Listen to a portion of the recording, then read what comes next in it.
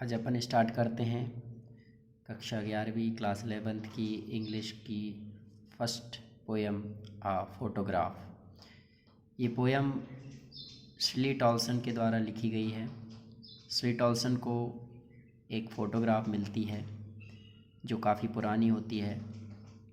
उसमें दो चचेरी बहनें और उनकी माँ होती हैं। चचेरी बहनों में एक का नाम बिट्टी और एक का नाम डॉली होता है।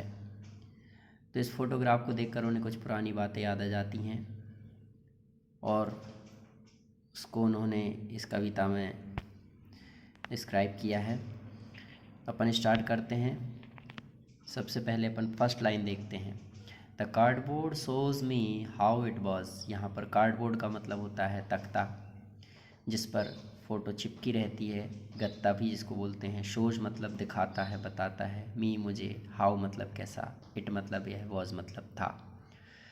तो यह कार्डबोर्ड मुझे बताता है कि ये कैसा था, मतलब जब उसमें फ़ोटो लगी हुई थी, क्योंकि काफ़ी पुराना हो गया इसलिए शायद वो डैमेज हो गया होगा। सेकेंड लाइन लिखा है when the two girl cousins went paddling.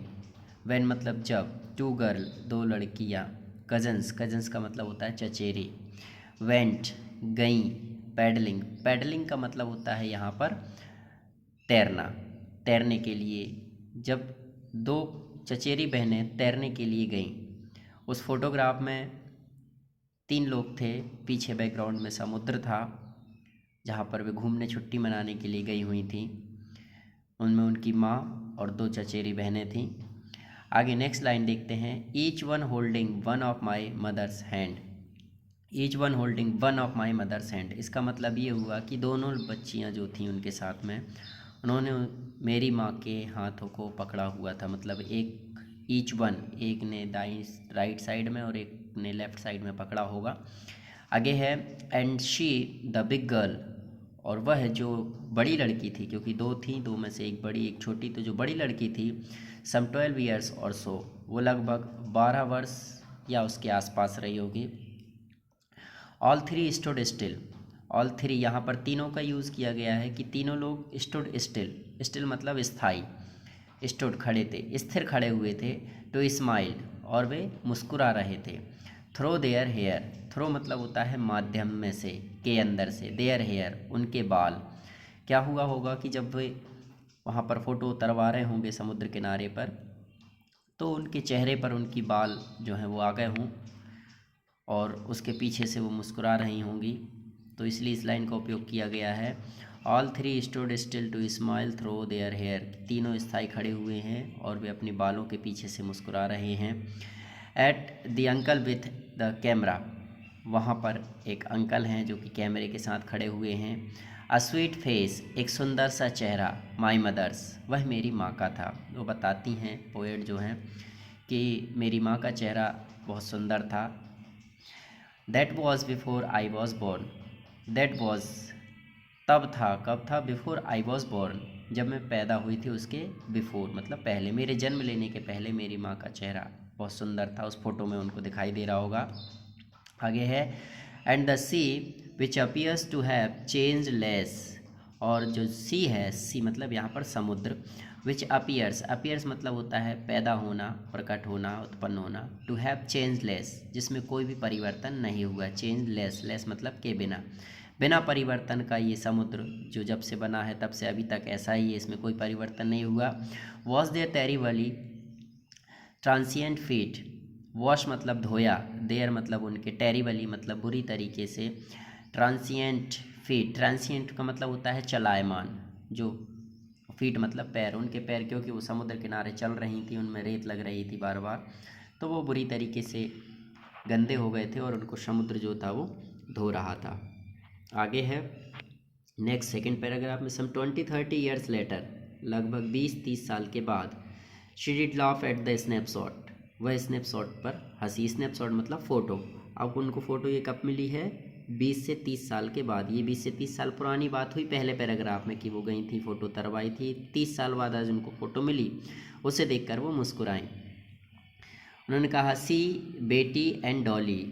C did say, उन्होंने कहा and look how they dressed us for the beach. Beach यहाँ पर बीच का मतलब है समुद्र का किनारा, कि समुद्र के किनारे पर जाने के लिए उन्होंने देखो कितना कैसा हाउ ड्रेस्ड, ड्रेस मतलब कपड़े, पहनावा, उन्होंने कैसे पहनावा पहना हुआ है।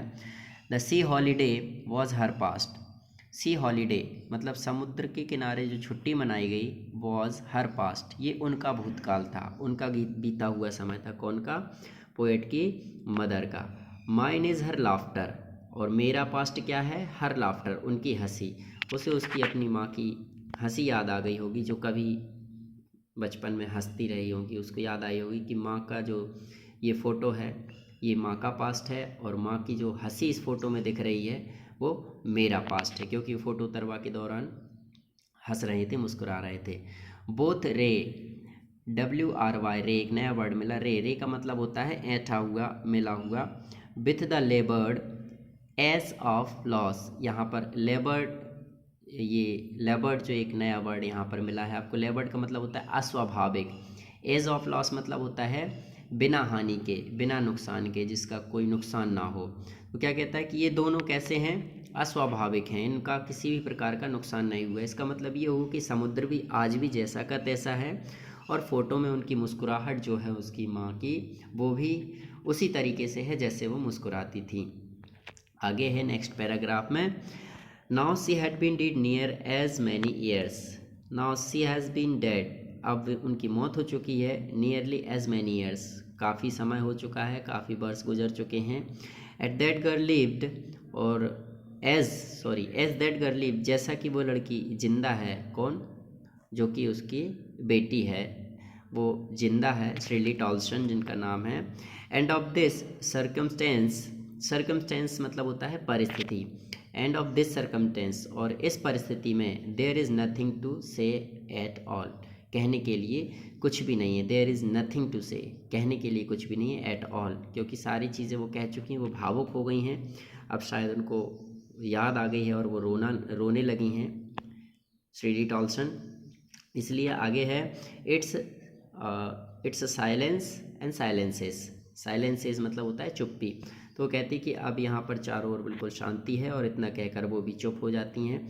तो इस तरीके से ये अपना एक फर्स्ट पोएम थी जिसका नाम था आ फोटोग्राफ। क्लास 11th के लिए ये पोएम है। अब इसमें अगर कोई वर्ड आपको समझ में ना आए तो आप कमेंट्स में मुझसे पूछ सकते हैं।